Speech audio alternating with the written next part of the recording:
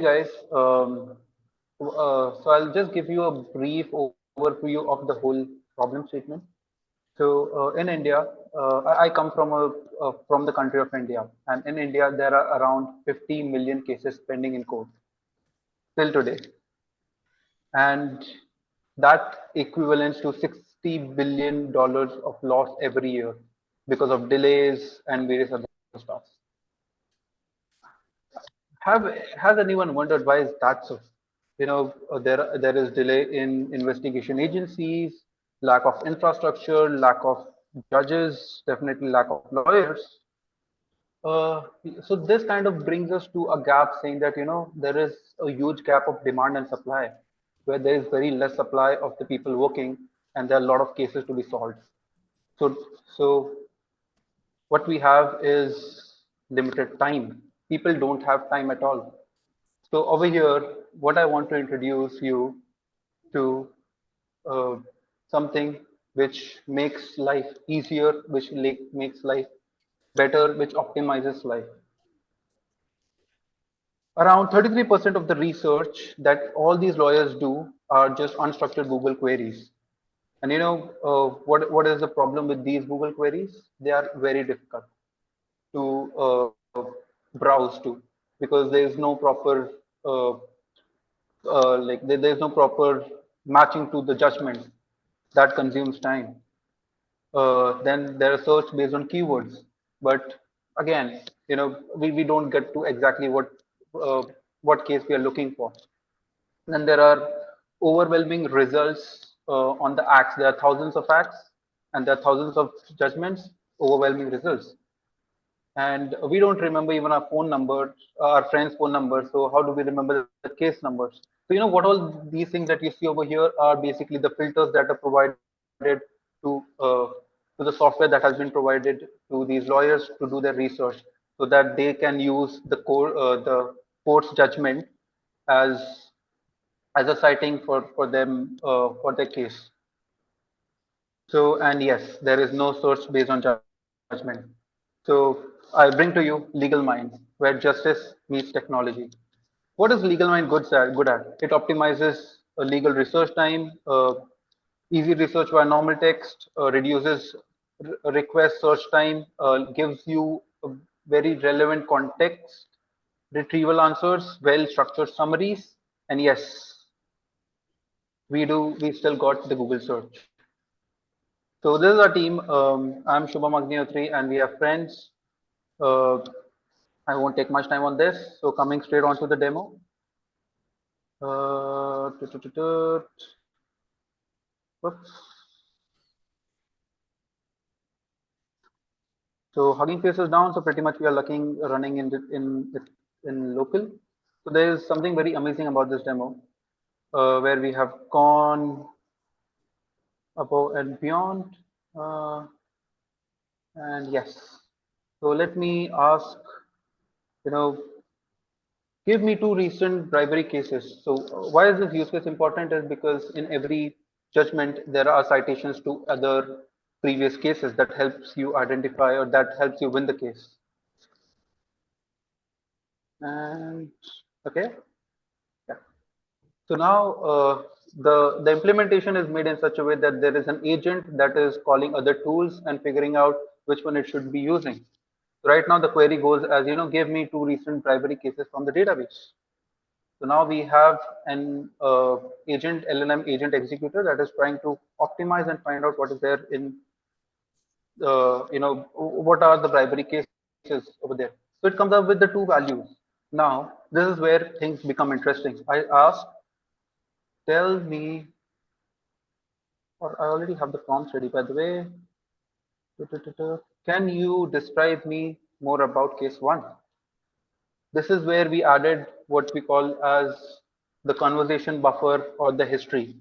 So now what it is looking at is it is looking at this prompt, the user prompt, the agent reply, and trying to generate an output out from it. So now it is looking is it is saying, okay, the case is of Basim Omar Sabri, and you have a decent context around it, and then you have a lot more context around it. pretty much even giving you the source document from where it has been. So right now it's not fully displayed, but we have the source available. Now let's make it more interesting. I say, can you can you do a Google search regarding the same document and give me something about it? So this is where the smartness of our RAG model comes in, where it tries to figure out, oh, this is a Google query or this is a search query. So in the backend, uh, we ping Google and we find out we ping Google and get the data out, which says, oh, so this was a Google search conducted on Basim Umar Sabri bribery case, and all these are the information. And then just for checking, can what was the other case? Okay. And this shows that how much in depth our memory is, that it still remembers what the other case was. And it's just taking a bit time, yes. And the other case was of German S. Lopez. So if you look on top, it is German S. Lopez. So that brings me to complete my demo. And uh, let's move on to the diagram. I hand over to friends. Take over from here, buddy. Thank you, Shaban. Let me share my screen.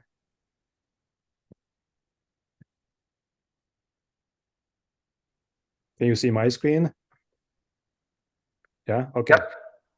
All right. So we have a really simple diagram, as you can see. So there's an input, which is just a question that the user or the lawyer asks, and there is an outcome and answer. That is the documents that came up, the ones that Shabam showed you. And in between, we have a chat GPT. Now it has some complexity, so let me try and explain you what's happening here. So the input comes in, then it interacts with an agent, and the agent decides whether it should do a database search. So we have all the documents in the database, all the legal documents, or it can go and do a Google search. Okay, so this function, OpenAI function agent, decides which one it should do based on the input. And once we have an answer, then we either go to the database with all the legal documents that we vectorize, or we go to the internet and we get an answer. Now, depending on which one gives the answer, it goes to the context, and based on this context and the input, which is the user query, we get an answer from ChatGPT. Okay, and then in the next step, this answer also goes back to the context. So we ask another question. We get another context based on either a Google search or the database search that goes into the context, and the history of our chat also goes into the context, and the new question goes into the user query, and then again we run this through ChatGPT to get a new answer. So that's basically Legal Minds. So let me go back to Shabam now.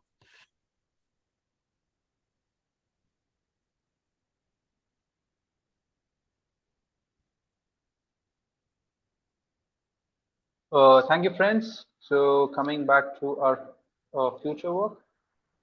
So just give me a second. Yes. So for future work, we'll be moving on to deep lake vector database. Greg knows why. It kind of gives a very nice visualization of the data. Then we are going to increase our search corpus. To be honest, we wanted to touch around 10,000 or 20,000 cases, but due to the time constraint, we were not able to fetch those data. It was not readily available onto the open source domain. Then we want to optimize memory for longer histories so that we can, have longer context where people can, do a proper chatbot kind of a thing for a really long amount of time, a better UI UX, and an automated data ingestion pipeline, because every day there are cases, every day there are judgments. So we don't want somebody to sit and feed them onto the database. It has to be an automated way of doing it. So that brings us to the end. Thank you so much, folks, for your time and your patience. Yeah, we are open to questions.